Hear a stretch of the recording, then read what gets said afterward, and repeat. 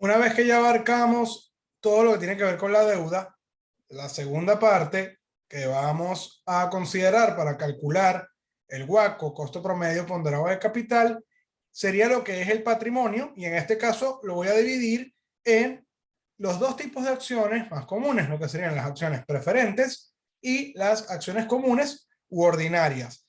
El costo de las acciones preferentes en comparación con el anterior es bastante sencillo, mucho más directo. Vamos a hablar un poco sobre estas acciones para que tengan contexto, para que hagan un refrescamiento. Estas acciones preferentes, su costo está asociado a ese rendimiento que van a obtener los accionistas por los dividendos preferentes. Para recordar, los dividendos son parte de las ganancias de una empresa que se le retribuyen a los accionistas por haber colocado los fondos. ¿Qué hace que estas acciones sean preferentes? Que este dividendo o esta serie de dividendos siempre sea fijo. Eso le da seguridad al accionista de que siempre va a recibir una cantidad determinada, y además de que, si bien es verdad que estos accionistas no tienen voz ni derecho a voto en las juntas y no pueden tomar decisiones, tienen un beneficio, y por eso es que es algo más VIP, más premium, porque se les paga antes que los accionistas comunes. Este dividendo ya lo conocen, y bueno, ahí está la particularidad.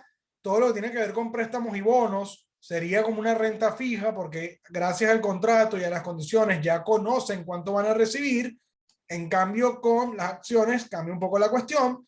Aquí, fíjense, las acciones preferentes son un tipo de acción que se comporta como una deuda, porque este dividendo es fijo y además se le paga primero a estos accionistas, y el pago debería, en teoría, ser obligatorio. Pueden optar por cláusulas de conversión a acciones comunes, pueden acumular estos dividendos en caso de que la empresa no pague, pueden tener cláusulas de participación, recompra, entre otras cosas, para salir beneficiados, porque a estos señores se les tiene que pagar. Y las acciones preferentes no forman parte del capital social de la empresa y no cotizan normalmente en bolsa, suelen ser unas emisiones ya más particulares o más privadas. Allí viene todo ese carácter premium. Entonces, yo me voy a basar en la fórmula de valoración de una acción preferente. Entonces, normalmente para determinar el valor presente o actual o de mercado, se toma el dividendo, que siempre va a ser el mismo, y se va a dividir entre el rendimiento preferencial. Se asume, fíjense, esta fórmula es perpetua. Por eso es que yo les daba las fórmulas base en el tema 5. ¿Por qué es perpetua? Porque no hay un contrato determinado, no hay un tiempo, no hay una, vamos a decir, no hay un vencimiento con las acciones. En cambio, con los bonos y con los préstamos sí. Se asume que si tú inviertes en una acción, no va a ser para venderla en el corto plazo. Tú con las acciones, vamos a decir, tú inviertes en la empresa y te casas con la empresa, y estás con ella en los momentos buenos y en los momentos malos de la vida. En cambio, con los instrumentos de deuda, bueno, es algo que tú puedes adquirir, se vence, listo, luego compras otro y así vas, ¿no? Es como algo más abierto. En cambio aquí, vamos a decir, tú te comprometes. Por eso es que, con base en la fórmula de valor presente de una renta, la renta aquí, el flujo de caja es el dividendo, es a perpetuidad. Para yo determinar el rendimiento, simplemente despejo el valor y sería el dividendo, cuánto representa el dividendo obtenido por esa acción sobre el total del valor de mercado de esas acciones. Entonces, siguiendo con el ejercicio, tenemos esta condición. 1/8 de la inversión se va a financiar con la emisión de nuevas acciones preferentes cuyo valor de mercado o valor actual es de $1,550. Se espera que el dividendo a pagar sea de $100 por acción. Entonces, quiero que observen esto. De los 2 millones de la inversión, ya tenemos una cantidad que se va a financiar con deuda. Va a haber otra cantidad, que es este 1/8, que se va a financiar con acciones preferentes. Entonces, ¿cuánto vale lo que serían estas acciones? 2 millones por 1 entre 8, 250,000. ¿De acuerdo? Ahora, con base en esa información, yo puedo determinar el rendimiento preferente. Tomo el dividendo, que son $100 por acción, bastante diría yo, entre 1,550, y tenemos un rendimiento de 6,45% anual que van a exigir los accionistas preferentes. Vayan tomando nota y vayan observando algo curioso. Este rendimiento es más alto que el rendimiento de la deuda, claro, si toman en cuenta el costo efectivo de la deuda. Ya lo ven, ¿no? Emitir acciones es más costoso. Hay un riesgo. No se sabe si se les va a pagar o no, porque esto depende del desempeño de la empresa. Pero los preferentes tienen una protección, porque a través de cláusulas se sabe que si bien estos panas se van a quedar callados y no van a tomar decisiones, pues el pago está de alguna manera garantizado. Ahí está la idea central que se tienen que llevar. Entonces ya tenemos el segundo rendimiento. ¿Qué pasa con las acciones comunes u ordinarias? Que el dividendo, si bien ya teníamos el dividendo preferente, ahora tenemos un dividendo común u ordinario. ¿Qué características tiene la acción común? Que estos dividendos no son fijos, y aquí empieza el tema, porque son variables y además son impredecibles, porque va a depender no solamente de si la empresa genera buenos resultados y si tiene caja, sino que además, por ley, no hay obligación para pagarle a los accionistas comunes. Entonces, hay que pensar en lo que es liquidez y lo que es rendimiento. ¿Por qué? ¿Cuál es la opción más inteligente para pensar a largo plazo? Con las acciones comunes, reinviértelas, reinvierte en la empresa, deja que la empresa tenga dinero para poder invertir en proyectos de inversión que generen BPN positivo y una tasa interna de retorno mayor al WACC, para que pueda crecer la empresa y puedas ver ese resultado en la revalorización de la acción, o cuando te paguen dividendos tengas una cantidad más alta.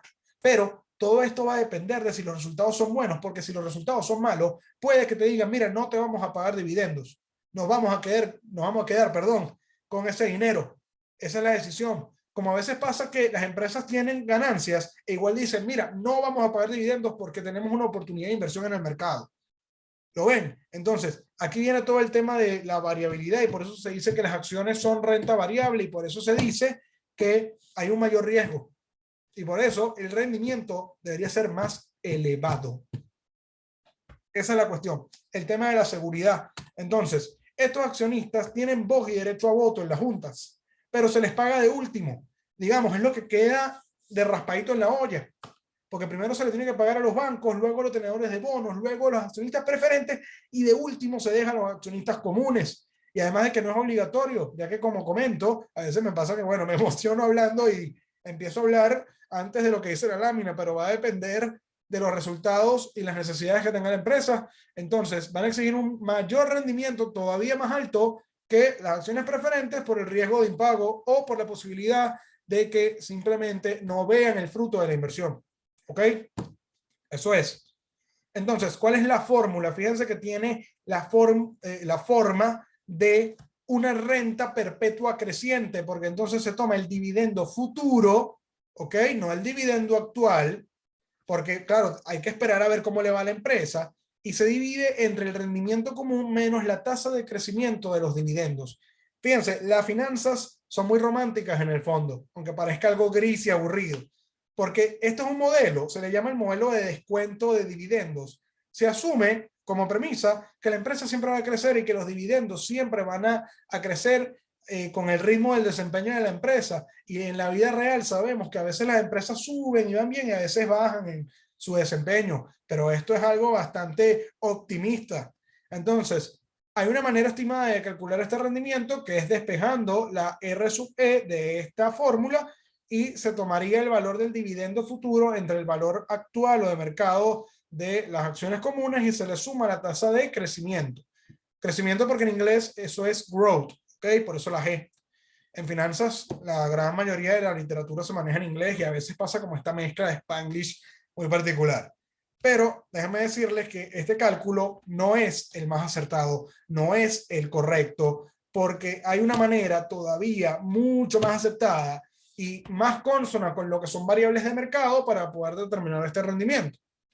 Por eso que tenemos que ahora les presento de manera introductoria lo que es el modelo de valoración de activos de capital, o por las siglas en inglés el KPM, Capital Asset Pricing Model. ¿Qué sucede? Con esta fórmula el tema es que para determinar el rendimiento necesitamos determinar el valor presente de las acciones, y para determinar ese valor presente a veces se necesita el rendimiento, y es difícil poder identificar o este valor o este valor. Entonces se tiene que buscar un modelo más, vamos a decir, que use otras variables que me permita tener una mejor estimación. Entonces, yo lo voy a explicar de manera muy sencilla, porque a ver, entender este modelo que es una ecuación, es una fórmula sencilla, pero ahí hay que interpretar y puede ser un poco abstracto. Yo lo voy a explicar para bebés. Espero que ese sea, a ver, que lo logre. ¿Por qué? Porque este es un modelo que te permite determinar o estimar ese rendimiento que requiere el accionista común bajo una situación de equilibrio. Tiene muchas premisas y muchas condiciones que en el mercado quizás no se cumplan, pero se va a asumir que el accionista conoce toda la información acerca del mercado y los activos que cotizan allí. Y claro, invierte en función al riesgo asociado y a estos activos, es decir, hay simetría de información. Todos los inversionistas conocen sobre los activos que cotizan en este mercado y se puede estimar una función y una fórmula para determinar el valor. Entonces, yo voy a explicar esto de manera sintetizada. Fíjense, ¿cómo lo voy a simplificar? Si un inversionista, o sea, imagínense lo siguiente. Tú eres un inversionista y quieres adquirir la acción de Apple. Entonces, ¿por qué quieres eso? Porque tú esperas obtener un rendimiento y un rendimiento alto. Un rendimiento que podría ser superior al que pudieras tener si invirtieras en un instrumento libre de riesgo. Eso es lo que te incentiva a ti. Porque ¿cuál es la vía fácil? Y sé que en Venezuela quizás esto no se trate mucho, pero en Estados Unidos sí. Hay unos instrumentos financieros que son los bonos o letras del Tesoro americanos. Que, a ver, piensen en esto. ¿Saben lo que es invertir en un instrumento financiero que esté sustentado por la liquidez del gobierno y del Estado en Estados Unidos? Ese es el gobierno que se asume que es infinitamente líquido. Siempre te van a pagar. ¿Ustedes se imaginan que el gobierno estadounidense quede insolvente? No tiene mucho sentido. Entonces, ese es un instrumento seguro y se le llama que es libre de riesgo porque siempre te van a pagar. Y como siempre te van a pagar, el rendimiento suele ser bajo porque el riesgo es bajo. Entonces, si tú vas a invertir en algo diferente a eso, que es lo seguro, entonces tú quieres más. Entonces, ¿qué pasa? Como mínimo, tú podrías obtener la tasa libre de riesgo que debería variar, si no me equivoco, entre 1% y 2% anual. Si tú quieres algo más, entonces se le tiene que sumar una prima o una compensación para poder tomar ese riesgo y invertir en algo que no sea esto. ¿Ok?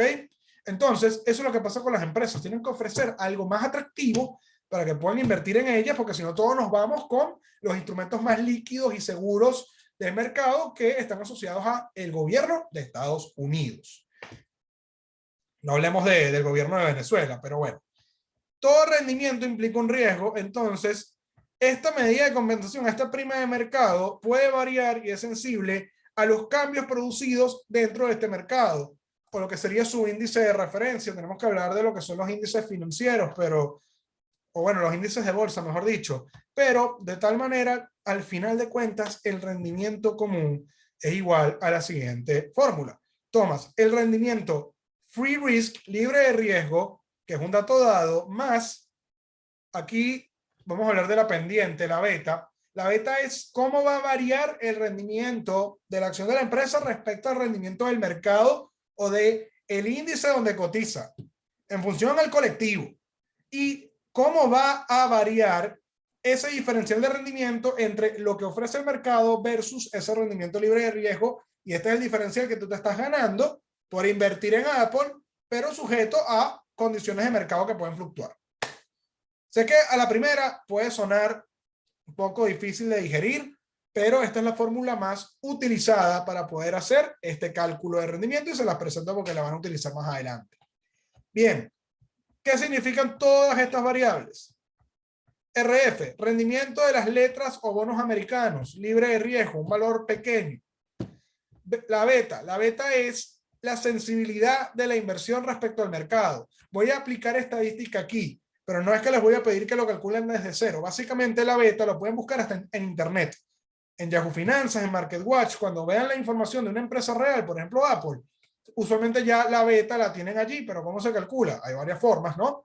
Pero una manera es tomar la covarianza del rendimiento de la empresa versus el rendimiento de la industria o el índice de referencia y dividirlo entre la varianza del rendimiento de la industria.